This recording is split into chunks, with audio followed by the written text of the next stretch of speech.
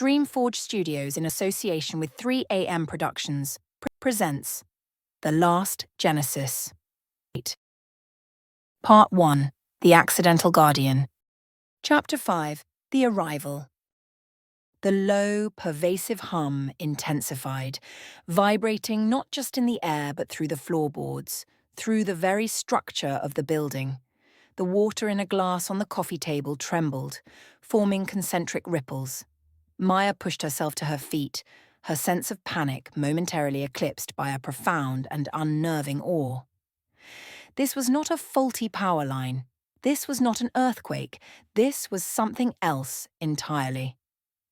Nova, still perched on her shoulder, was now perfectly still, a tiny living compass needle pointing toward an unseen pole.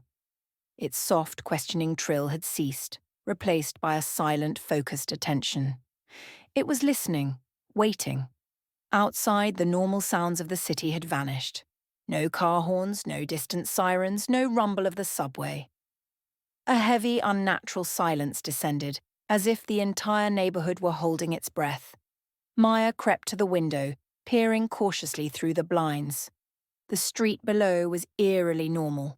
Cars were parked, streetlights glowed, but the few people on the sidewalk were frozen, looking up at the sky with confused expressions. Then she saw him, the man in the suit. He was standing by an unmarked black van parked directly across from her building. He was no longer pretending to be casual. He held a device in his hand, a small black box covered in blinking lights, and he was staring directly up at her window, his expression grim and determined. He spoke into his wrist, and two other men, dressed in similar dark suits, emerged from the van. They weren't waiting for the inspection tomorrow. They were coming now. "Oh no," Maya breathed, stumbling back from the window. "They're coming." The apartment door buzzed, a harsh, angry sound that cut through the hum. It buzzed again, insistent and demanding. A loud, authoritative voice followed. "Building management!" Open the door. Maya's mind went blank with terror. This was it. The trap had sprung.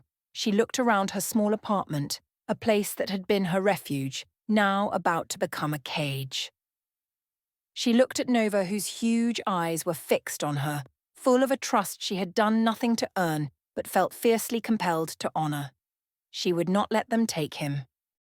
As if her resolve were a trigger, the hum in the room coalesced into a single powerful chord. The lights didn't just flicker, they exploded, showering the room in a brief cascade of sparks before plunging it into near darkness, lit only by the faint, shifting glow of Nova's own skin. Outside, a new light appeared, a soft, cascading pulse of pure energy, like a silent, localized aurora borealis, tore through the atmosphere directly above her building. It was invisible to the people on the street below, who were still staring at the empty sky, but Maya could see it as clear as day. From the darkness beyond the clouds, three shapes emerged. They were not planes or helicopters. They were massive, sleek silver ships, their surfaces shifting like liquid metal, forming and reforming as they descended.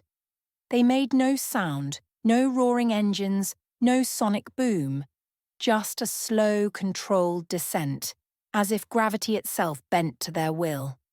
The buzzing at her door stopped. A heavy thud vibrated through the wood as if someone had thrown their shoulder against it. They were breaking in. "All right, little dude," she whispered, her voice shaking as she scooped Nova into her arms, holding it tight against her chest. "I think we're in trouble." Before the door could splinter, before the men in suits could burst in, the air in the center of her living room shimmered. It warped like heat haze on a summer road, then solidified. Standing there, framed by the dim light of her ruined apartment, was a figure unlike anything she had ever seen. It was tall, unnaturally so, almost 7 feet, with luminous opalescent skin that flickered between deep blues and silvers.